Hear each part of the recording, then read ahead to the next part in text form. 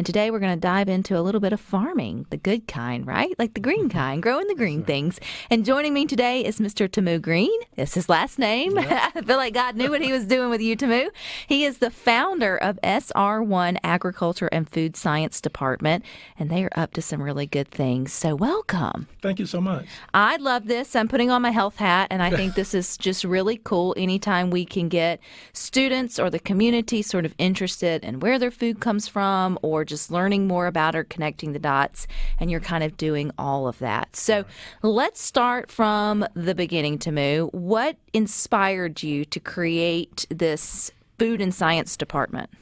Well, actually, SR1, we have a mission, and it's three things that we deal with SR1. So the three things we deal with is disparities in health, education, and technology. Now, let's get to health.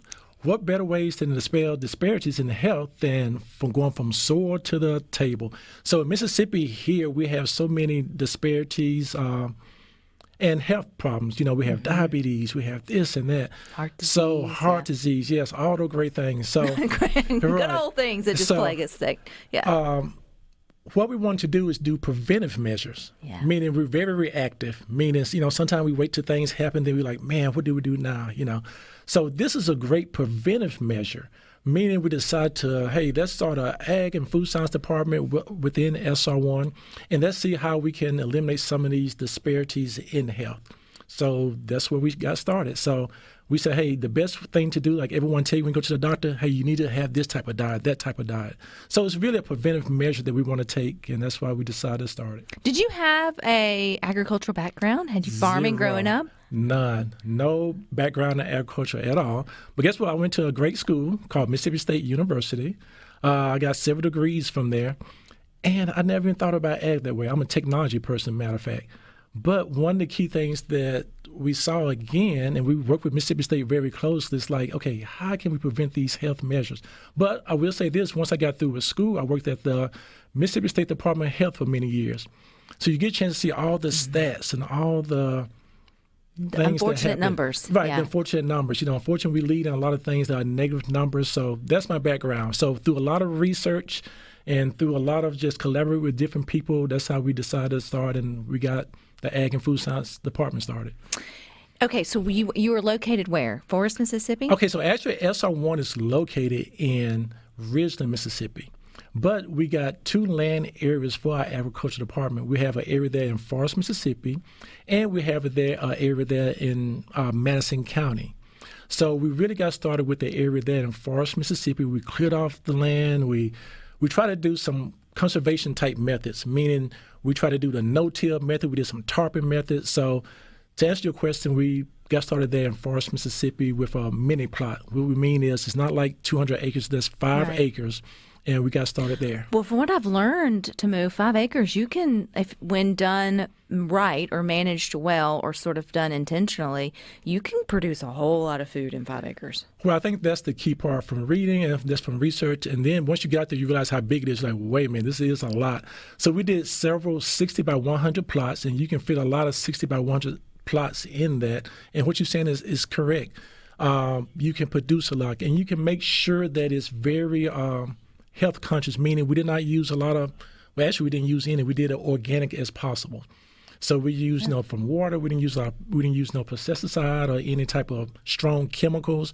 And so even just using the land and the plotting, meaning we tarp it, which means it kills all the weeds, it kills all the grass, so you don't have to worry about spraying it. And we did it that method, and it worked out quite well. But you're right, you can do sometimes more with less. So when you're thinking about, okay, you're going, you got your plots, and now we have to think about, well, what are we going to plant? Right. I know, did you go to your last name for this? We're going to plant something green. Or was it just like, or did you use the resources? I know there at Mississippi State, you can have your soil tested and sort of feel like what's going to do best, or did you just know we're going to do collard greens? Actually, we did not know that. What we did was we did some research. Okay, we said, okay, of course, we're in the South. What do people like to eat? Then we looked at it, okay, now what's healthy? And then based on research, we talked to some professors. We talked to Dr. Davis there. He wrote an interesting book called Collards. And the strange thing about from doing the research, which I didn't even realize, that collard is very rich in a lot of vitamins. Absolutely. So you have, from vitamin C, just as much as in orange juice, from K to all kind of vitamins. So we're like, wait a minute. And we didn't realize that part. So once we did the research and then we saw a study and then we saw that it's a favorite and it's growing year round, meaning they like the cold weather. So like, wait a minute, if it's a favorite, then it's healthy for you. Why not grow collards? So that's what we started with. Next to spinach, you look at it, collards probably is the second most nutritional type of green and that you can sadly, even everyone listening is going, yes, I am getting all my nutrition. We boil the bejesus out of it usually here in the South and then add in unfortunate things that don't counteract all of it. You still get a lot of the nutrients, but there are other healthier ways to prepare and consume your collards. What you're saying is exactly right. And that is why that we decided to do that sword to table concept. Yeah. So we did have another portion with it saying, okay, here's how to properly prepare it. It's like you were saying, sometimes we can make a salad even bad. You can make any good thing, too much of a good thing sometimes can be bad. So what you're saying is so correct. So that's why we did grow it, but then we did have some people to come in and say, okay, now here's the proper way and proper things to add, and here's be a good portion for you to have. Chef Nick Wallace, who is known across the state and represents Mississippi so well, rocked my world one time to me. He took fresh collards, he cut out the stem, he rolled them up kind of like you would a cigar or cigarette, kind of roll it. Right. And then chopped it real finely and then put a little bit of olive oil and probably some spices I can't remember and sauteed it down. Right. And then I was like, where have you been all my life? That's probably one of the best ways. And it surprised me how quick and then how delicious, that was. When did y'all grow your first plot of collard greens? Actually, it's 2023. I have to get my years right. Actually, we did in 2022. We grew our first successful. Actually, we started in 2021. We had to make sure we did like a test plot to make sure the soil was correct and things like that. But first success was 2022. And I'm glad you mentioned that great chef. Nick Watts is a very great chef. He even came by and talked to our students. Aww. He even did a demonstration about cooking. So what you're saying is correct. He's a great person. And so our goal, this last year, we gave away 500 pounds of collards. So once we got it right, got our technique down, and we grew a variety of them. I don't think people realize. I thought collards were collards at first. Yeah, but it really is different types. And the reason it's great to grow different types because based on the weather, the soil, and the climate conditions. So we grew our first successful, I would say, this 2022, and we want to grow on that. We got 500 pounds that we was able to donate to the community. And this next year, our goal is to reach 1,000. Now, we were hoping to get around 750. We were past our goal, but man, that winter weather that we had came through, and she was a beast. Right, collards are great for the weather, but that was just a little bit too much for them because anything's too get cold enough, everything dies. Right, that's correct. So because the strange thing about collards, here's a weird fact I didn't realize: collards have a protective system that they can turn that starch into a type of sugar once the weather hits cold.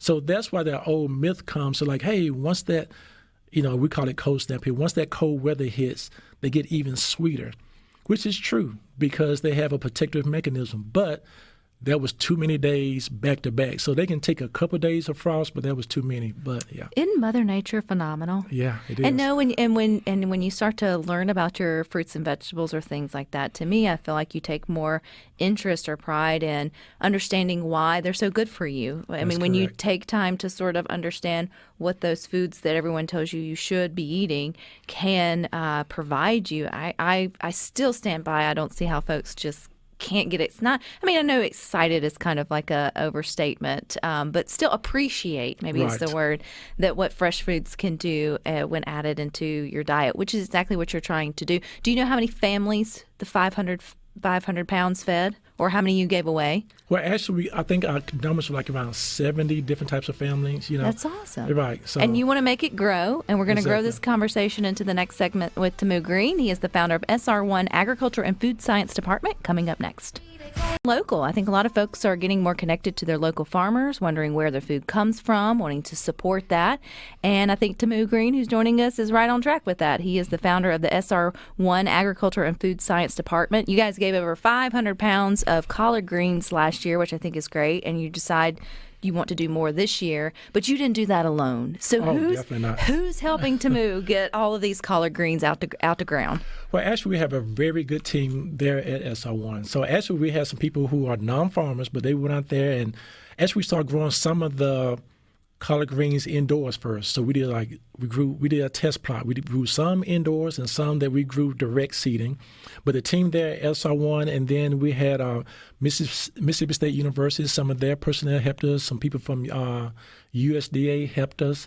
So it was just a multitude, a great team came together and said, and you can't be great in everything sometimes. No, yeah. So at first we said, okay, what's the best thing to pick it? So we picked collard greens out that way. But it's so many people I can name. Dr. Cindy Ayers, Elliott, she's there. And rock star. Right. We went and visit her, like you said, and Footprint Farms there. Farming, right. Yeah. It's super. And from Nick Wallace, like I said, we talked to him about the preparing. So it's just a multitude of people who helped us out with that. Yeah.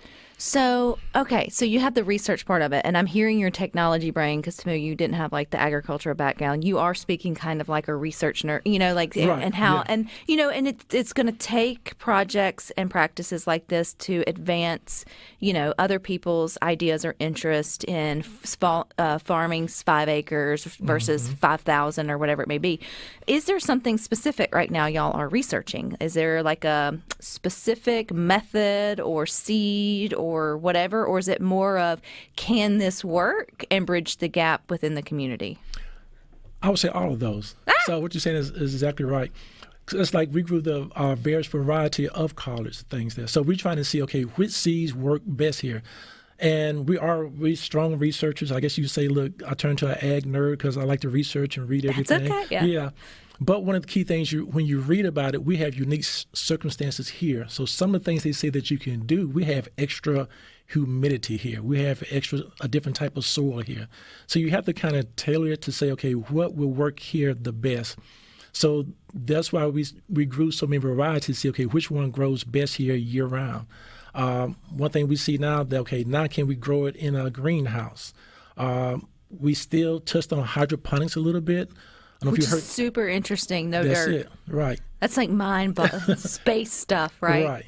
Yeah. And one of the key things they mentioned about hydroponics, like, okay, it only can grow like greens or vegetables. We're like, that's perfect. So, but no one has truly tested can it grow all the foods yet. If you're familiar, Salad Days is rocking hydroponics They in really are. lettuce and is it tomatoes? Correct. And they're right up the road, at least in central Mississippi. You may have had it on a salad or on a burger or something. They ship statewide in terms of their produce, but it's phenomenal. It is, yeah. Yeah. And I think that is the future also. You hear about vertical farming. So really, the great thing about that, you can grow a lot in a small space.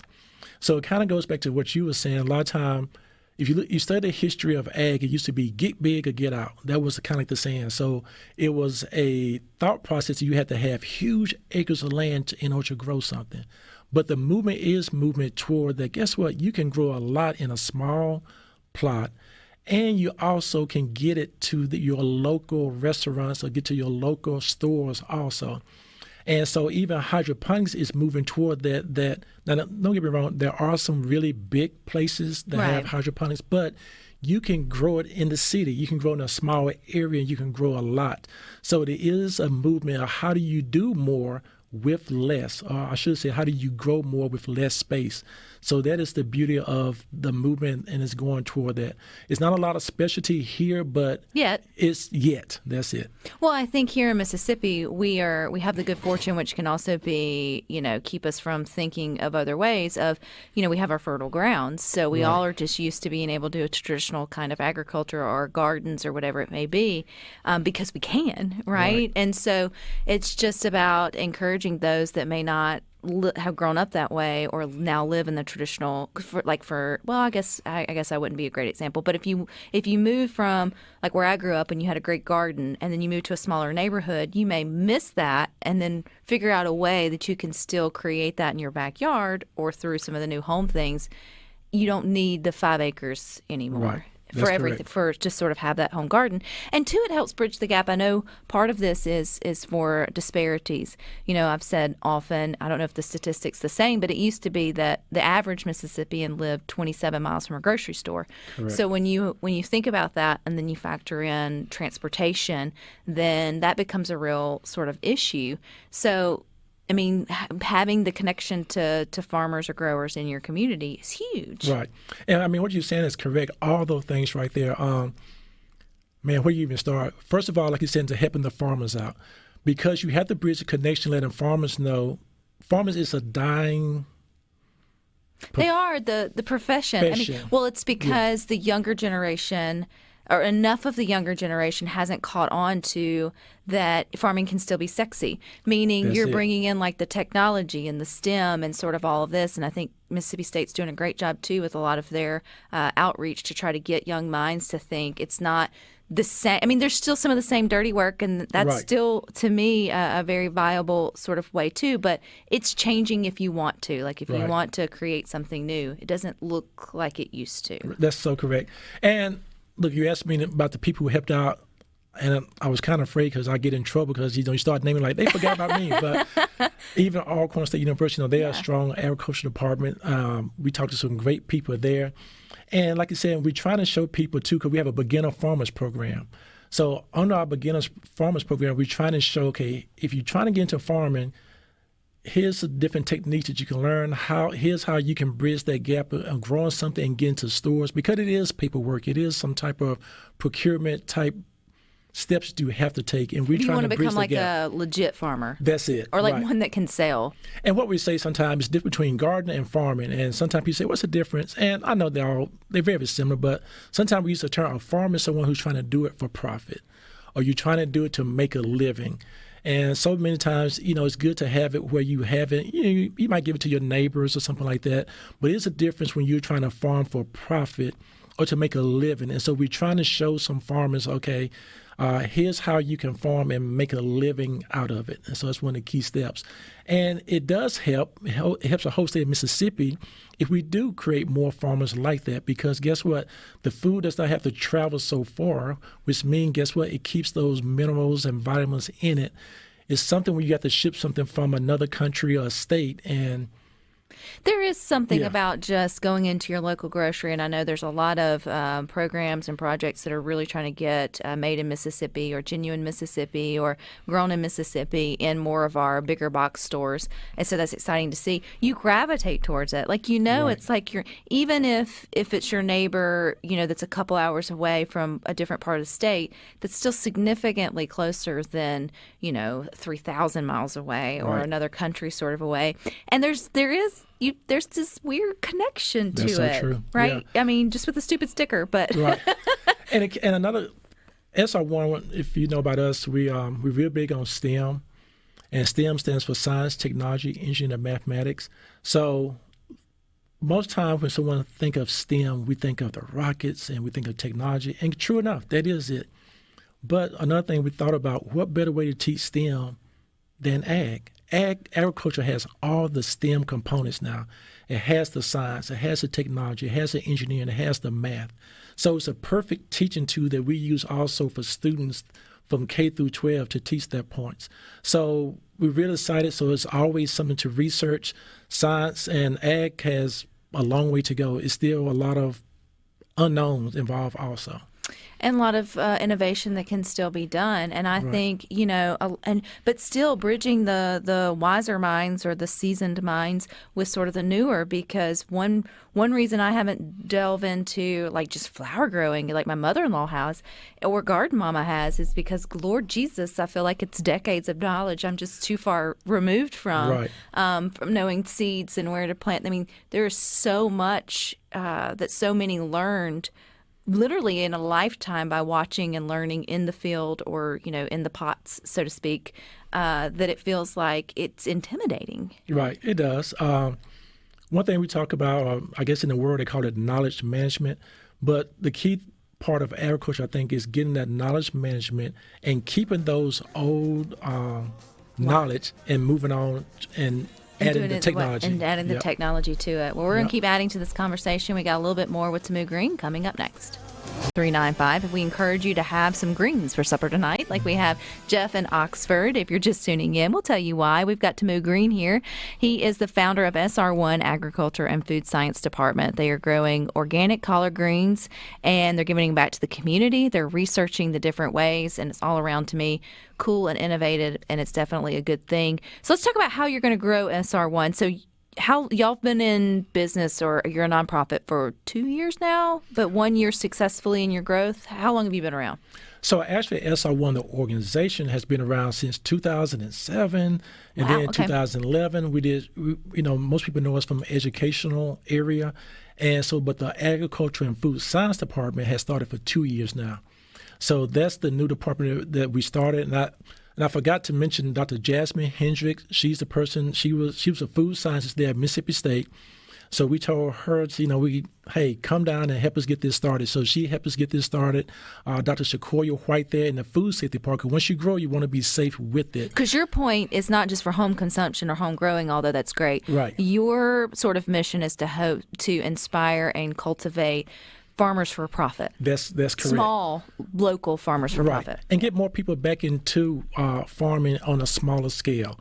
So what they call it specialty crops. We don't have a lot of specialty crops here, meaning those are the greens and the tomatoes and things like that. So we really want people to get back into farming, and especially the specialty crop, so we can have, like you mentioned before, so the shipment want to be so far, so we can supply stores and it keep all the great nutrients and things like that. So that's correct. Well, too, economic development and opportunity, and then we all have to eat. Right. So, and I would say that, because there is this mindset to move that to be a farmer, and I have to have massive acres, I have to have all this huge equipment. It's a huge investment. If I didn't get passed down to me, I've missed the boat. Right. And the truth is, no, there's a whole nother avenue of being a farmer. Right. And you mentioned that part. We work with some other, like Johnny Seeds. They're very good in making different products that's for a small scale, meaning you don't have to have this $100,000 tractor. Even if you have just a seed or a basic type of plow that you can even farm at a scale that you still can provide. So we try to show that you can be at different levels of farming and still be successful. So if someone's interested in that, you mentioned you have your beginner farmer classes, how do they get connected with what you're doing? I would say just call us, and we're looking for great volunteers or anyone who has the expertise, and just call us. Our website, sr1ag.org.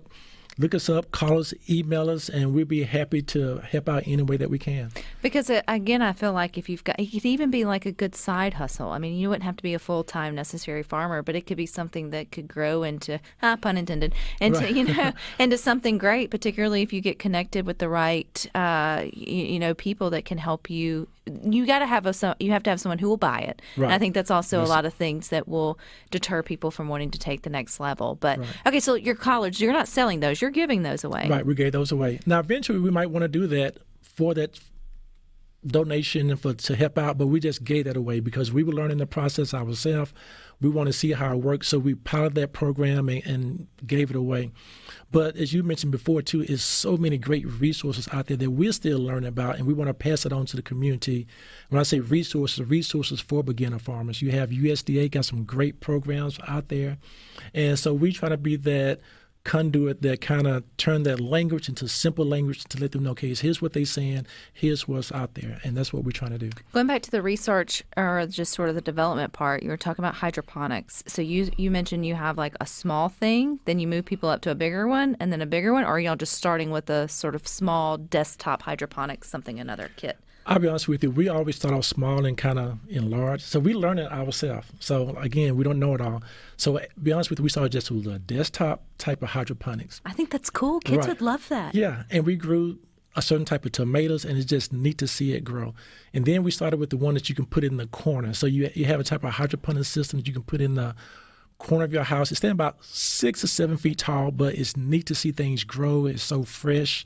And it's very neat. So then our next step, we want to get that down pat and make sure that we go to our next level, which is it's all kind of systems you can grow inside a greenhouse. Now, we learn about that part. We don't have that part, but you can grow inside of a building and have a hydroponic system that grow a scale, because if anyone doesn't know, it's so neat to see. That's when it does. You don't need the soil. It can grow year round. It's various nutrients you can have. I've seen people use everything from put different nutrients in water. I've seen people use fish. Yeah, Larry and Jackson text in. He said, I know folks that grow tomatoes through gravel that filters fish water. I'm like, it sounds, like Space Cadet, but I mean, it's innovative. It's what we do. We figure it out. Right. And there's an ecosystem to it all, and there's different ways you can sort of you can definitely put that together. That's it. Yeah. So what's next? What's in the ground? Is there anything in the ground right now? Have y'all harvested it all? Like, where are we at? It's nothing in the ground right now. We're gonna, like I said, the cold weather got us, because what we thought, if you know, and we're growing based on people what they like to eat and tradition. In the South, you don't know, we're very superstitious about some things. So it's always saying that you have greens at the beginning of the year, and you have that for the money. And you used to eat like black-eyed peas or certain crops. That used to stand for coins. And that means you eat that for New Year and you have good luck throughout the year. Right. So the plan was to keep giving out, but it kind of got wiped out. It did get wiped out. So what we're doing now is tarping, meaning we're preparing the ground and the soil again that we can grow against. We're making our plans out. So we got a month off, basically, and we got to get started growing back in upcoming weeks. It'll still be greens? I'm sorry. Yes, it'll still be collard greens, and we're probably going to branch out a little bit further to cabbage. Cabbage grew quite well. That was popular. And it's time of year to get started on tomatoes, meaning sometimes we get started growing inside, a little bit too cold for them now, but you can get started inside growing and then move it outside. So we start with soil blocks and move it outside. Again, we're learning. We want to grow pumpkins this year a little bit. We know that's a favorite among various groups here in Mississippi, and so we want to grow pumpkins and pie pumpkins or carving pumpkins. That's my extent. It's like that's my extent of knowing pumpkins. Actually, we did not realize. Again, what you're saying is so right. I mean, you have porcelain dolls, you have this and that. So you have some that you can eat, some just for decoration, some for food. We heard some people say, "Hey, you can grow squash that look like that," and so it's so much out there that we do want to grow, but we said, "Hey, we don't have the expertise yet. Let's start with just collard first because it's most nutritional. Let's go to cabbage, and then we're going to try to do pumpkins." So we work with K through 12 students a lot, so we want to grow pumpkins so we can give it away and give to community just for decoration and things like that. I tell you what, if my fifth grader came home with a tabletop hydroponic system, she would be over the moon. Right. I mean, she even, and most kids, I think, have come home with a little styrofoam cup and they try to grow grass or or whatever. So the kids will gravitate to it. They're I guess they're curious if you just sort of like poke the fire for them. That's so true. One thing we always talk about, like I mentioned before, we were big on STEM teaching, and it used to be a misconception that STEM should be for a 9th grader or 10th grader. But think about it. When is a person most curious? It's nothing like the curiosity of a child. All of us were our most curious and most imaginative as a child. So we want to bridge that curiosity with that part. So let them grow, let them see it, because sometimes we think it just happens by magic.